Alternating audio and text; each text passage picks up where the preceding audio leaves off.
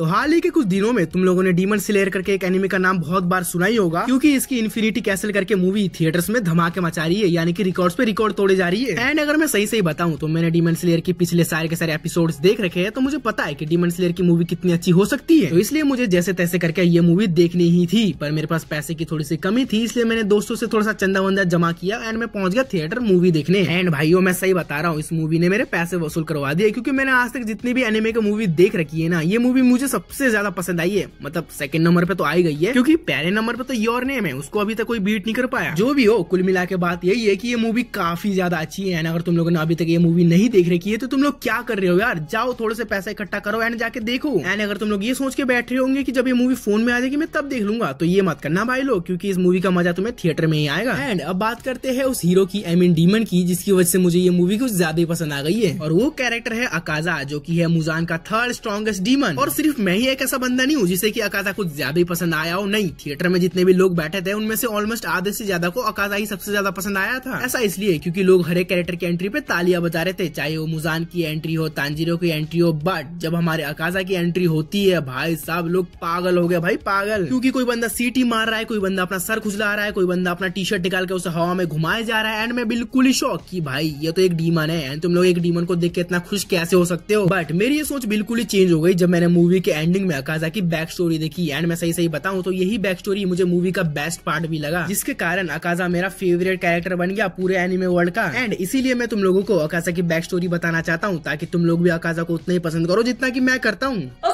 तो अकाजा की back story start होती है एंड हमें पता चलता है कि हमारा अकाजा बहुत ही ज्यादा गरीब फैमिली से बिलोंग करता है, जहाँ पर उसकी फैमिली में बस एक ही मेंबर जिंदा होता है, जो कि होते हैं उसके फादर, जिनकी तबीयत इतनी ज्यादा खराब रहती है कि वो बेड से तक नहीं उठ पाते, जिसके चलते हमारे अकाजा को मजबूरन चोरी चकारी करना पड़ता है, ताकि उसके पास इतने पैसे तो हो कि वो अपने बाप को अच्छा खाना खिला पाए। एंड एक और चीज, हमें उसकी उम्र बस 12 से 13 साल की बताई गई है, जिससे कि तुम लोग ये अंदाजा लगा ही सकते हो कि हमारा अकाजा बचपन से ही अच्छे दिल का एंड दिमागदार था। और इसके साथ ही साथ हमारा अकाजा कुछ ज्यादा स्ट्रॉन्ग भी था, क्योंकि लोग उसे जब चोरी करते हुए पकड़ लेते थे तो उसे इतना ज्यादा मारते थे कि उसकी हड्डियां टूट जाती थी, उसके शरीर से खून निकलने लग जाता था, लेकिन वो फिर भी दूसरे दिन चोरी करने लग जाता था। लेकिन वही दूसरी तरफ हमारे अकाजा के जो फादर थे ना, वो काफी ज्यादा दुखी रहते थे, क्योंकि उन्हें ऐसा लगता था कि यार उनके बीमारी के चलते हमारा अकाजा चोरी चकारी कर रहा है एंड वो अपने बचपन को सही से नहीं जी पा रहा है, जिसके चलते कुछ ही दिनों में हमारे अकाजा के फादर अनफॉर्चुनेटली सुसाइड कर लेता है। एंड सुसाइड से पहले वो अकाजा के लिए एक लेटर भी छोड़ के जाते हैं, जिसमें कि लिखा होता है कि अब तुम्हें मेरे लिए और चोरी चकारी करने की जरूरत नहीं है, तुम अपनी जिंदगी नए सिरे से स्टार्ट कर सकते हो। जिसको पढ़ने के बाद हमारा अकाजा काफी ज्यादा दुखी हो जाता है, क्योंकि उसके फैमिली मेंबर में अब एक भी बंदा जिंदा नहीं है। एंड अब उसे ये बात बिल्कुल भी नहीं समझ आ रही है कि वो करे तो करे क्या, क्योंकि अब उसके पास जीने का कोई मकसद ही नहीं है। जिसके चलते हमारा अकाजा इतना ज्यादा गुस्सा हो जाता है कि वो उन सभी लोगों को मारने लग जाता है जिन्होंने कि उसे कभी चोरी के लिए मारा था। जिसके चलते गांव वाले अकाजा को रोकने के लिए एक ऐसे बंदे को बुलाते हैं जो कि हाथों से लड़ने में बहुत ज्यादा माहिर होता है। एंड जब वो बंदा अकाजा को लड़ते हुए देखता है तो समझ जाता है कि अकाजा में बहुत ज्यादा पोटेंशियल है, एंड इसीलिए वो मास्टर अकाजा से सीधा पूछ लेता है कि क्या तुम मेरे स्टूडेंट बनोगे। एंड ऑब्वियसली हमारा अकाजा उसे मना तो करता ही करता है, बट उससे लड़ना भी स्टार्ट कर देता है, पर उसे ये बात नहीं पता होता है कि उसके सामने जो बंदा खड़ा है वो कितना ज्यादा स्ट्रॉन्ग है। एंड यही तो हमारे अकाजा की सबसे बड़ी गलती थी, क्योंकि हमारा अकाजा इसके बाद इतना ज्यादा पिटता है कि उसके ऑफर को मान ही लेता है। जिसके बाद वो मास्टर अकाजा को अपने घर ले जाता है, जहाँ पर वो उसे रहने की जगह देता है, खाना देता है, लड़ना सिखाता है, एंड बदले में वो बस उससे एक ही चीज मांगता है कि अकाजा उसकी बेटी का ख्याल रखे, क्योंकि उसकी बेटी की तबीयत भी अकाजा के बाप की जैसी खराब थी। जिसके चलते वो लड़की अपने बेड से नहीं उठ पाती थी, नहीं बाथरूम जा पाती थी, नहीं नहा पाती थी और ना ही खा पाती। एंड इसी के चलते इस लड़की की मम्मी ने सुसाइड कर लिया, क्योंकि उसे डर था कि उसकी बेटी उसकी नजरों के सामने मर जाएगी। एंड वही दूसरी तरफ उसका बाप यानी कि मास्टर उसका ख्याल उतनी अच्छी तरीके से नहीं रख पाता था, क्योंकि ये लोग भी उतने ज्यादा अमीर नहीं थे। एंड साथ ही साथ इस मास्टर के पास एक भी स्टूडेंट नहीं था जिसको सिखा के ये पैसा कमा पाए, मतलब कि हमारा अकाजा इसका पहला स्टूडेंट है। एंड अब इस पल से हमारे अकाजा की लाइफ थोड़ी सी बदलनी स्टार्ट हो जाती है, क्योंकि अब फिर से उसके पास एक जीने का मकसद जो आ चुका था, उसको अपने मास्टर को लड़ाई में सरपास करना था एंड उसे उस लड़की को प्रोटेक्ट भी करना था, ताकि वो लड़की ठीक हो जाए, बोलने लग जाए एंड वो सब कुछ कर पाए जो कि एक नॉर्मल लड़की करती है। तो इसीलिए कुछ सालों तक हमारा अकाजा इसी घर में ट्रेनिंग लेता है, जहाँ पर हमारा अकाजा इतना ज्यादा स्ट्रॉन्ग बन जाता है कि वो अपने मास्टर को तो सरपास कर देता है। और वहीं दूसरी तरफ मास्टर की बेटी, बाय द वे उसका नाम कोयोकी है, उसकी भी तबीयत थोड़ी करके ठीक होने लग जाती है, बिकॉज हमारा अकाजा उसका इतनी अच्छी तरीके से ख्याल रखता है कि उस लड़की के अंदर एक जीने की इच्छा फिर से जाग जाती है। एंड अब वो अकाजा के साथ शादी करके आलू की नई रेसिपी ट्राई करना चाहती थी, आई मीन उसके साथ एक फैमिली बसाना चाहती थी। तो इसीलिए उस लड़की के फादर यानी कि हमारे अकाजा का मास्टर उससे पूछ लेता है कि हाँ गब्बर बताओ क्या तुम मेरी बेटी से शादी करोगे। एंड हमारा 18 साल का प्यारा सा मुंडा शर्मा जाता है, जिसका मतलब होता है कि हाँ। एंड इस समय तक मैं सही बता रहा हूँ, मैं बहुत ज्यादा खुश था, क्योंकि यार इस बंदे की ना जिंदगी बहुत ज्यादा बोरिंग, खराब एंड दर्द भरी थी एंड अब उसे एक अच्छी जिंदगी मिलने वाली थी। तो इसी चीज की खुशी मनाने के लिए हमारा आकाश अपने बाप के पास जाता है, मतलब ऊपर वाले के पास नहीं जाता बल्कि उसकी कबर में जाता है ताकि उसको बता सके कि अब मेरी जिंदगी भी नॉर्मल जिंदगी बनने वाली है। तो ऐसे कुछ घंटों तक अपने पापा के आत्मा से बात करके जब हमारा आकाश घर की तरफ वापस लौटता है तो उसे दिखता है कि उसके घर के गेट में काफी सारे लोग इकट्ठा हो रखे होते हैं एंड उसे उन लोगों का चेहरा देख के भी ये बात पता चल गया था कि आखिरकार घर के अंदर हुआ क्या है। लेकिन उसका दिल ये बात नहीं मानना चाहता था क्योंकि यार अभी तो उसकी जिंदगी में खुशी आई थी जो कि पास जैसी उड़ गई।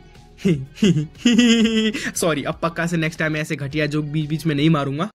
अब वो लोग अकाजा के पास आके उससे कुछ ऐसी चीज बोलते हैं जिसको सुनने के बाद हमारा अकाजा जो चीज नहीं मानना चाहता था उसे वो चीज भी माननी पड़ती है। एंड हाँ, तुम लोग भी सही सोच रहे हो, उसकी होने वाली वाइफ एंड उसका मास्टर दोनों ही मर जाते हैं, यानी कि उन्हें कोई मार देता है, वो भी कुएं में जहर मिला के। एंड अब आने वाला है कहानी में ट्विस्ट, बिकॉज मैं तुम लोगों को अकाजा के मास्टर की एक बैक स्टोरी समझाने वाला हूँ जिससे कि तुम्हें ये पता चल जाएगा कि आखिरकार इन दोनों को मारा किसने है। तो याद करो कि मैंने कहानी की स्टार्टिंग में तुम्हें बताया था कि हमारा ये जो मास्टर है ना उतना ज्यादा अमीर नहीं था, उसके पास एक भी स्टूडेंट नहीं था जिसको कि वो पढ़ा के पैसे कमा सके। तो आखिरकार उसके पास इतना बड़ा घर कहाँ से आया? तो देखो, ये बहुत ही पुरानी बात है जब एक बहुत ही बुढ़ा व्यक्ति ऐसी जंगलों में घूम रहा था जहाँ पर बहुत सारे डाकू उस बुढ़े पे हमला कर देते हैं ताकि वो उसका पैसा चुरा सके। एंड उसी वक्त पता नहीं कहाँ से हमारे मास्टर की एंट्री होती है जो कि उन सभी डाकुओं को मार के उस बुढ़े की जान बचा लेता है, जिससे कि वो बुढ़ा इतना ज्यादा खुश हो जाता है कि अपना इतना बड़ा घर ना वो उस मास्टर के नाम कर देता है। जिसके बाद उस बुढ़े के जो पड़ोसी लोग थे ना वो बहुत ज्यादा गुस्सा हो जाते हैं ये सोच के कि यार इस बुढ़े ने ये जायदाद हमारे नाम ना करके एक अनजान व्यक्ति का नाम क्यों कर दी। एंड अब वो लोग डिसाइड कर लेते हैं कि वो इस मास्टर को मार देंगे, लेकिन उनके अंदर इतनी ताकत नहीं थी कि वो उस मास्टर को हरा पाए, बिकॉज तुम्हें भी पता है कि वो मास्टर कितना ज्यादा स्ट्रॉन्ग एंड पावरफुल है। तो इसीलिए वो लोग कुछ समय तक वेट करते हैं ये सोच के कि जब ये मास्टर थोड़ा सा बुढ़ा हो जाएगा ये लोग उसे मार के उसकी जायदाद हड़प लेंगे। लेकिन उनके प्लान में पानी फिर जाता है क्योंकि अकाजा जो आ चुका था जो कि उसके मास्टर से भी ज्यादा स्ट्रॉन्ग बन चुका था। तो इसीलिए वो लोग अकाजा को एंड उसके मास्टर को मारने के लिए एक बहुत ही गंदा प्लान बनाते हैं। वो लोग डिसाइड करते हैं कि वो छुपके से कुएं में जहर मिला देंगे जिसका पानी पीने के बाद अकाजा एंड वो मास्टर दोनों साथ में ही मर जाएंगे। लेकिन इसका होता उल्टा है, मतलब कि उसकी बेटी एंड वो मास्टर तो मर जाता है लेकिन हमारा अकाजा बच जाता है। एंड इस समय तक हमारा अकाजा पूरी तरीके से टूट चुका था क्योंकि यार कुछ ही दिनों में हमारे अकाजा एंड उस लड़की की शादी होने वाली थी एंड वो नई जिंदगी स्टार्ट करने वाले थे। लेकिन जो भी हो, अब हमारा अकाजा पूरी तरीके से पागल हो चुका था, उसके सर पे बस खून सवार था कि जैसे तैसे करके उन सभी लोगों को वो मार दे जिन्होंने उसकी खुशी को एक पल में ही छीन लिया। अब इसी गुस्से में हमारा अकाजा उन लोगों के पास जाता है जिन लोगों ने कुएं में जहर मिलाया था एंड एक एक करके वो उन सभी लोगों को मारने लग जाता है जिन लोगों ने ये प्लान बनाया था, वो भी सिर्फ अपने हाथों के बलबूते पे। एंड जिस तरीके से अकाजा उन लोगों को मार रहा था ना वो देख के तुम्हारे गूज़बम्स आ जाएंगे क्योंकि भाइयों अकाजा सिर्फ अपने पंचिस से लोगों का सर फाड़ दे रहा था, सीना चीर दे रहा था, जिसको करने के बाद हमारे अकाजा का गुस्सा तो शांत नहीं हुआ लेकिन उसने किसी का ध्यान जरूर खींच लिया। हाँ, तुम लोग सही सोच रहे हो, उसने मुजान का ध्यान खींच लिया था क्योंकि अकाजा ने इंसानी फॉर्म में 60 से 70 लोगों को अपने हाथों से मार दिया था, जिसको देखने के बाद मुजान इतना ज्यादा खुश हो जाता है कि वो अकाजा के सामने एक ऑफर रखता है कि क्या तुम डीमन बनना चाहोगे। एंड उस समय अकाजा के दिमाग में लिटरली खून खराबा चल रहा था जिसकी वजह से उसने उस ऑफर को मान लिया एंड वो डीमन बन गया। एंड उसके बाद क्या हुआ ये बात तो तुम्हें पता ही है। तो बस भाइयों यही थी अकाजा की वो बैक स्टोरी जो कि मेरे दिल के कुछ ज्यादा ही अंदर तक बस गई। एंड तुम लोग बताओ कि क्या तुम लोगों को ये बैक स्टोरी पसंद आई? हाँ, एक और चीज मुझे पता है कि वीडियो काफी ज्यादा लेट हो रखी है जिसका कारण मैंने तुम लोगों को बता रखा है कि मेरे हाफेली चल रहे थे, जिसकी वजह से जो वीडियो मुझे एक हफ्ते पहले डालना था वो वीडियो मैं आज डाल रहा हूँ, उसके लिए मुझे माफ कर देना। एंड अगर तुम्हें वीडियो थोड़ा सा भी पसंद आया तो वीडियो को लाइक कर देना, चैनल पर नए हो तो चैनल को सब्सक्राइब कर देना। एंड बाय द वे हाफेली अभी भी चल रहा है, ठीक है, मैंने टाइम निकाल के बीच में एडिटिंग करके ये वीडियो डाला है